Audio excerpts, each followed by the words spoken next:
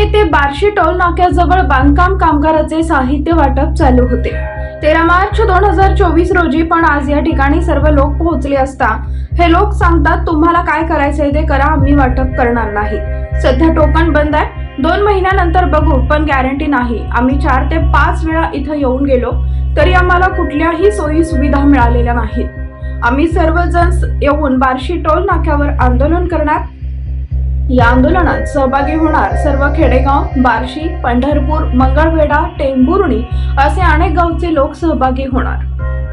Token सगळ्यांना मिळेल म्हणून सांगितले त्यांनी। 13 तारखेला 10 वाजता या म्हणून सांगितले आम्हाला।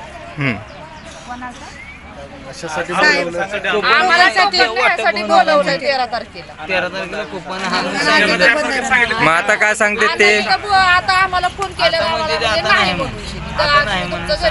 आम्ही सकाळी 7-6 वाजल्यापासून इथं रांगेत थांबलो।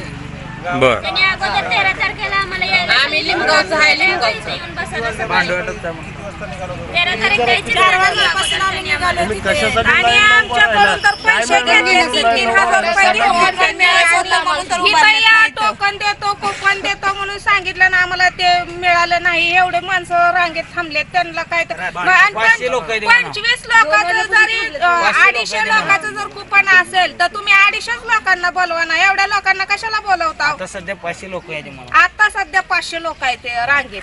कुठल्या गावचे तुम्ही? आम्ही मोहोळ तालुक्यातनं यावलीहून आलोय। अच्छा, तुम्ही कुठल्या गावचे? लिंबगावचं टेंभुर्णी।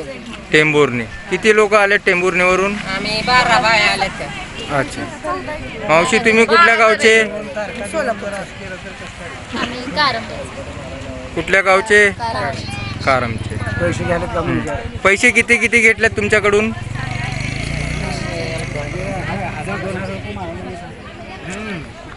पैसे किती घेतले तुमच्याकडून? किती? 3,000। कशाचे 3,000? भांड्याचे 3,000 आणि पेटीचे नाही, भांड्याचे 1,500 आणि पेटीचे 1,500 म्हणून असे 3,000 आमच्याकडून जमा केले। अच्छा, कोण घेतले ते 3,000? चंदना जगतापनी। चंदना जगतापनी। तुमची काय? काय आम्हाला कुपन दिलं पाहिजे एवढ्या लोकांना। हा, तुम्हाला 13 तारखेला बोलून परत ते काय म्हणतात आता फोन केल्यावर? आता नाही म्हणतात, 10 महिने नाही, 2 महिने नाही म्हणतात। का तुम्हाला बोलवलं 13 तारखेला? हो, मग आता काय म्हणते ते फोन केल्यावर? नाही म्हणते, नाही म्हणताय। 2 महिने सुट्टी म्हणून सांगताय। सुट्टी कशाबद्दल सुट्टी? पण आम्ही गेल्या वेळेस त्यांना विचारलं का बुधवार आहे सुट्टी आहे का, तर नाही म्हणले आम्ही तुमच्यासाठी चालू ठेवणार म्हणून त्यांनी आमच्या हातापाया पडले, हात जोडले त्यांनी आमच्या समोर। अच्छा, की आम्ही तुमच्यासाठी चालू करू, आम्ही तुम्हाला देऊ। मग आम्ही वेड आहे का आमचे सगळं घरातलं काम धंदे टाकून इथे येऊन बसायला उजडाला? एकतर पैशासारखा पैसा द्यायचा, तिकडे कामाला पण सुट्टी, घरातलं पण सगळं बोंबलत पडतं, इथे येऊन बसायचं का आम्ही?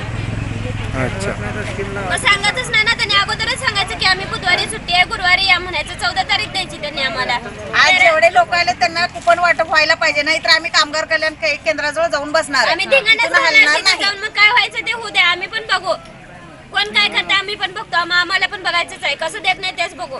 भले आमच्या घरचे काय येऊन बसणार तिथं, आम्हाला काय करायचं नाही कोण। आज आम्ही ऑफिसच उघडून देत नाही म्हणायचं। कसं येत नाही देत आम्ही काय